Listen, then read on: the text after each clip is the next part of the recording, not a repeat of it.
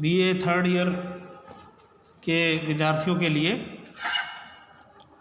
भारत का भूगोल पत्र के अंतर्गत आज हम सिंचाई इस विषय पर चर्चा करेंगे। विद्यार्थियों,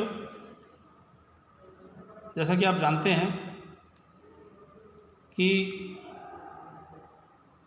खेती का काम करने के लिए ज़मीन तो चाहिए, उसके साथ में पानी की भी ज़रूरत रहती है।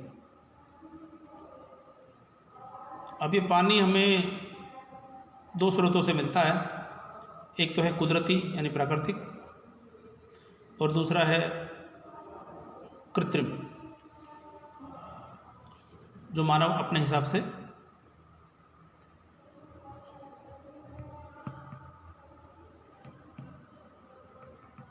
उसको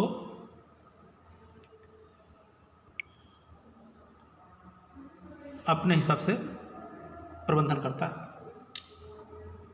प्राकृतिक साधन जो है सिंचाई के लिए वो है वर्षा। वर्षा से हमें जल प्राप्त होता है, उससे हम खेती कर सकते हैं। और कृत्रिम साधन है सिंचाई। अब भारत जैसे देश में ये बहुत मुश्किल काम है कि हम खेती कर सकें और निश्चित रूप से ये जान सकें कि हम आसानी से ये काम कर लेंगे, जबकि बहुत मुश्किल है ये जानना कि बिना निश्चित तौर तरीकों के हम खेती कर पाएंगे। तो हमें सुनिश्चित करना होगा कि हमारे पास साधन हैं इस प्रकार के कि हमें निरंतर जल मिलता रहेगा और कोई भी दिक्कत हमें नहीं आएगी। इसलिए सिंचाई का महत्व हम निश्चित रूप से मानते हैं कि सिंचाई की आवश्यकता हमें पड़ेगी। हमारे देश में अगर हम देखें तो बहुत ही पुराने समय से सिंचाई के महत्व को हम लोग जानते रहे हैं और हमारे पुराणों में, हमारे ग्रंथों में इस प्रकार से वर्णन किया गया है कि खेती के महत्व को हम बखूबी जान सकते हैं। वेदों में भी सिंचाई के साधनों का वर्णन आता है।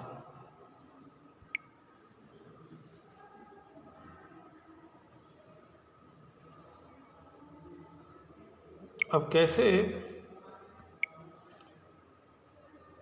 वर्तमान में हम इसके बदलते स्वरूपों को देख पाते हैं, तो सिंचाई का महत्व इस रूप में भी है कि जिन स्थानों पर पानी की कमी के कारण खेती नहीं हो पा रही थी, वहाँ भी हम इसकी मदद से खेती आराम से कर पाते हैं और पैदावार ले सकते हैं, जो बढ़ती हुई जनसंख्या के लिए बहुत ही ज़रूरी हो जाता है। हमारे देश में नदियों से नहर निकालना, नदियों से नहर निकाल करके किस प्रकार से हम अपने खेती के काम को करते रहे हैं, ये बहुत अच्छा उदाहरण है कि कैसे हमने अपने कृषि के उत्पादन को बहुत सीमा तक बढ़ाया है और देश की आबादी को भोजन के संकट की ओर नहीं जाने दिया।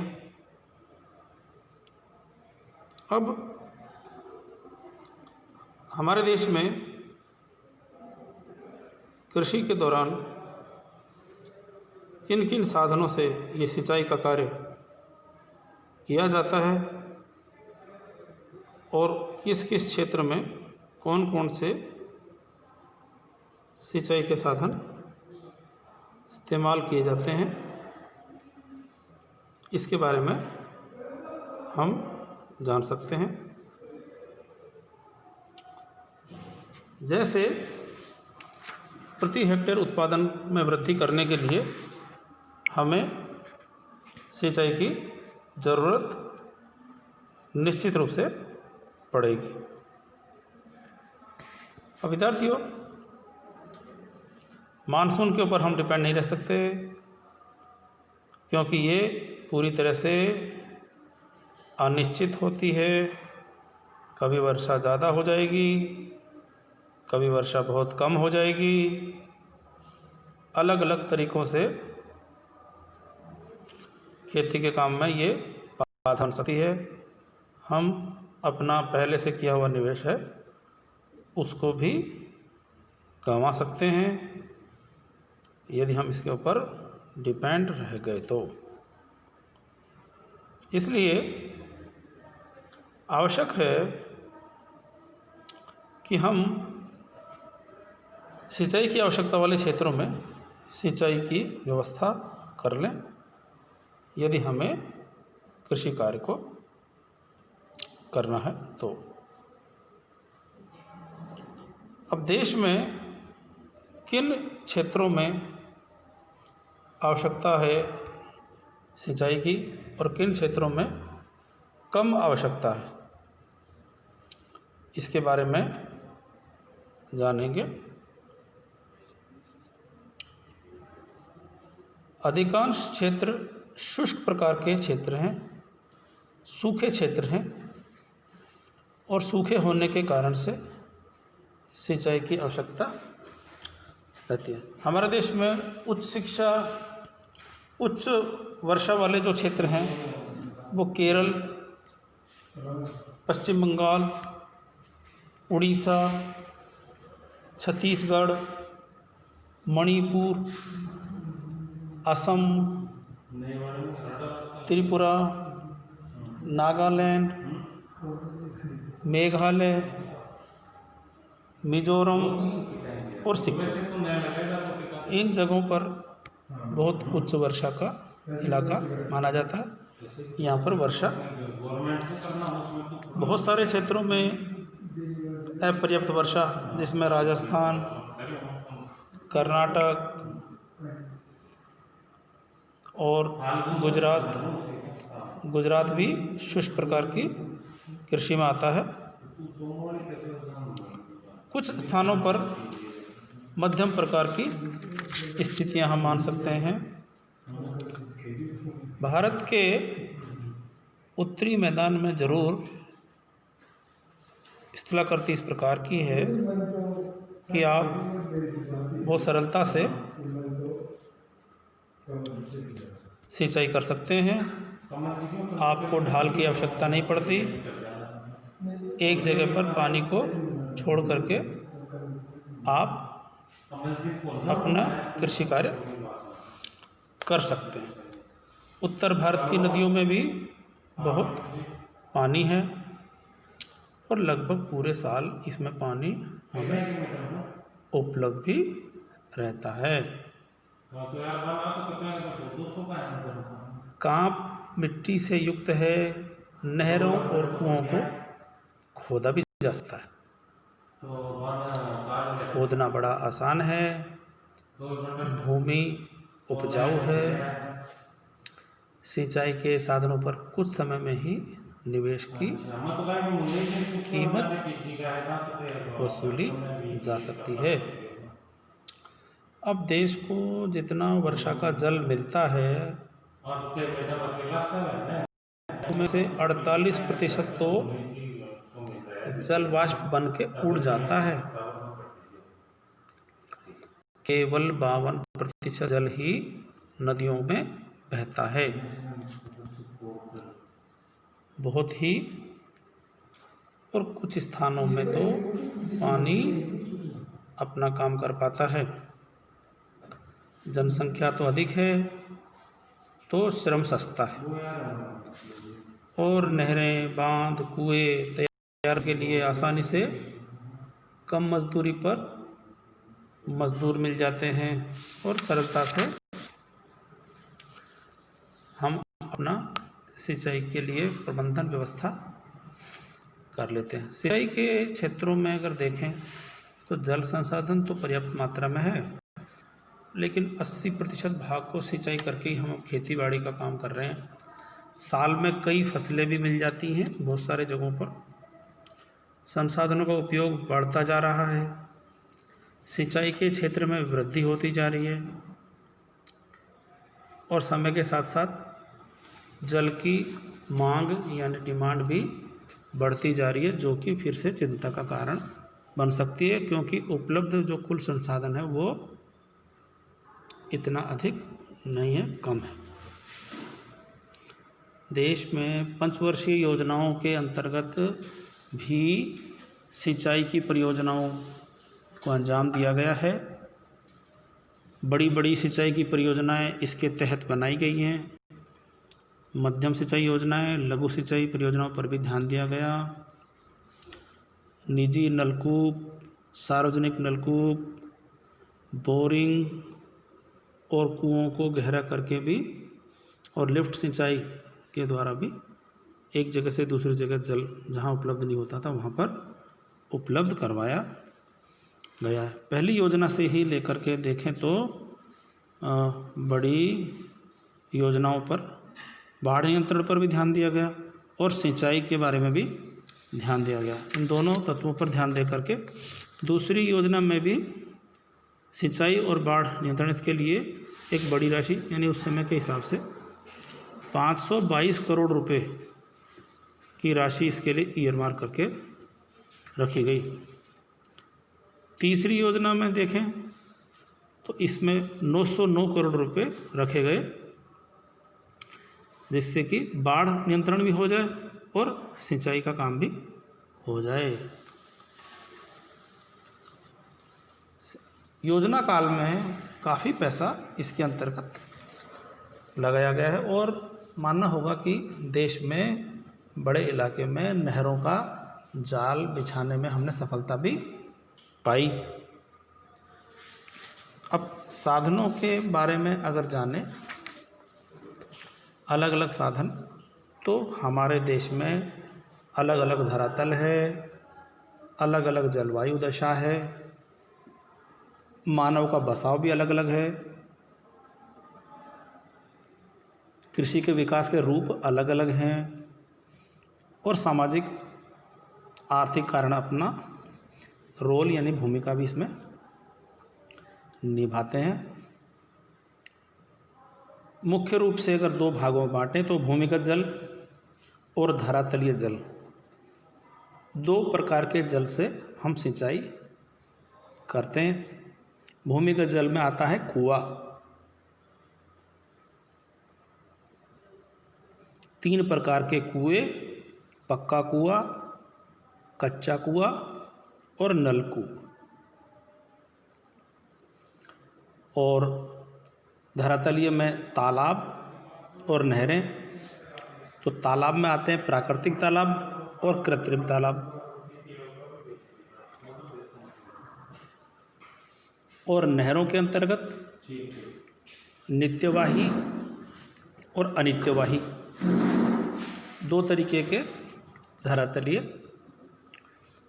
मुख्य रूप से इन्हीं तरीक़ों से। अब यदि एक एक करके हम इनकी चर्चा संक्षिप्त रूप में भी करें तो नहरें बहुत बड़ा साधन बन गई हैं उत्तर प्रदेश में, बिहार में, बंगाल में और पंजाब के बहुत बड़े इलाके में। कुएं और नलकूप अलग अलग भागों में प्राकृतिक, धरातलीय, जलवायु, इन सभी ने सिंचाई की क्रिया को जन्म दे दिया है।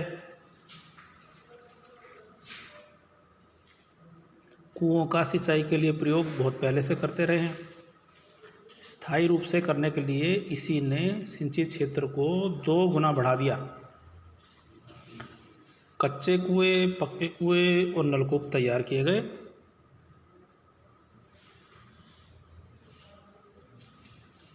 जिन भागों में चिकनी बलुई मिट्टी मिलती है वहाँ तो बरसात का पानी बालू के नीचे चला जाता है और कांप मिट्टी की तहें भूमिगत जल का भंडार बन जाती हैं। कुएं उन्हीं इलाकों में बनाए जाते हैं जहाँ भूमि के निकट में ही जल मिल जाए, क्योंकि और वर्षा की मात्रा का गहराई के ऊपर प्रभाव पड़ जाता है। विशाल मैदान में कुओं की गहराई का असर भी इस पर पड़ता है। कुएं का भी महत्व समय के साथ साथ बढ़ता जा रहा है।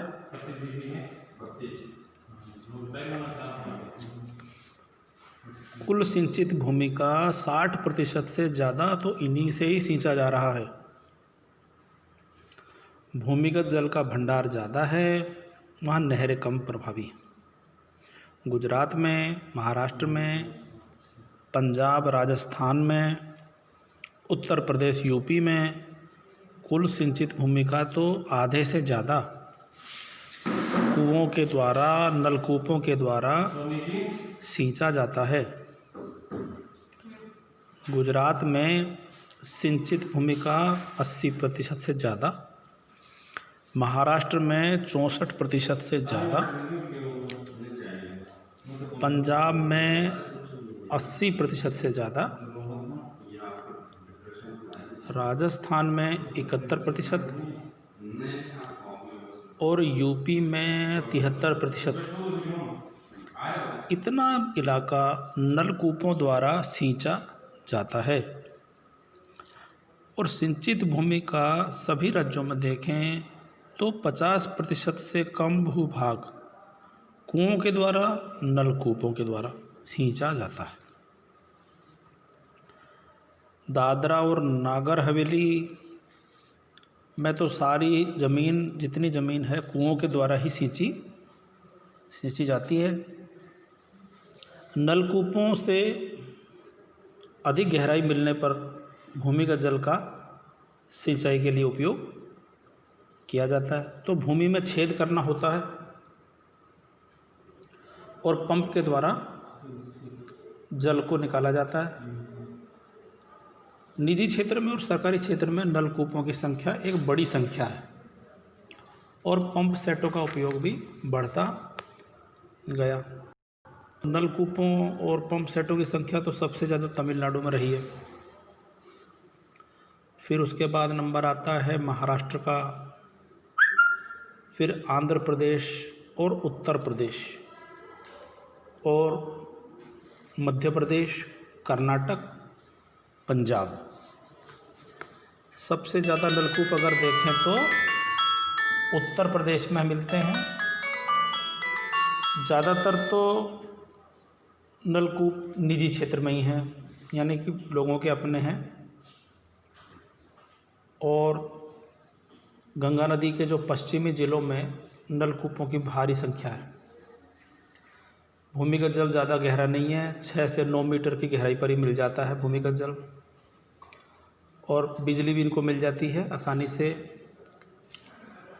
और पूर्वी ज़िलों में देखें तो यहाँ भी नलकूपों का विस्तृत क्षेत्र मिलेगा। यहाँ रूहेलखंड, गंडक और घाघरा नदियों के दोआब में काफ़ी बड़ी संख्या में हमें नलकूप मिल जाते हैं। पंजाब हरियाणा में भी पिछले कई दशकों से नलकूपों का महत्व बढ़ता जा रहा है। राजस्थान में देखें तो जैसलमेर में, जोधपुर में, पाली में नलकूप लगाए गए। गुजरात में देखें तो भुज में, सुरेंद्रनगर, अहमदाबाद जिलों में, तमिलनाडु में तिरुचिरापल्ली, थंजावुर नलकूप प्रमुख साधन है जिससे कि सिंचाई करते हैं। 1990 तक देखें तो देश में पंप सेटों और नलकूपों की संख्या 2000 में 95 लाख हो गई थी। इस प्रकार से बहुत महत्व हो गया था इनका। तमिलनाडु में और महाराष्ट्र में तो 15% शेयर था। यूपी में देखें तो लगभग 9% से ज़्यादा, और आंध्र प्रदेश में 8.5%, मध्य प्रदेश में, छत्तीसगढ़ में, कर्नाटक में 8% से ज़्यादा, पंजाब में 7% से ज़्यादा, और बिहार झारखंड में 5.5% से अधिक, और गुजरात में 5%, राजस्थान में 4.7% के करीब। हालांकि ये सब फिगर्स हैं, बदलते रहते हैं समय के साथ, लेकिन मोटे तौर पर अंदाज़ा लगा सकते हैं। पश्चिम बंगाल में 1.8%, और केंद्र शासित राज्यों में देखें तो लगभग 4% में सबका हिस्सा आ जाता है। आंकड़े समय के साथ साथ कम ज़्यादा घटते बढ़ते रहते हैं, लेकिन मोटे तौर पर ये हमें अपना अंदाज़ा लगाने के लिए काफ़ी है ये इन आंकड़ों की मदद से। तो ये नलकूपों का और कुओं का के माध्यम से जो विस्तार देश में है उसके बारे में हो गया। अन्य साधनों की चर्चा हम अगली कक्षा में कर लेंगे।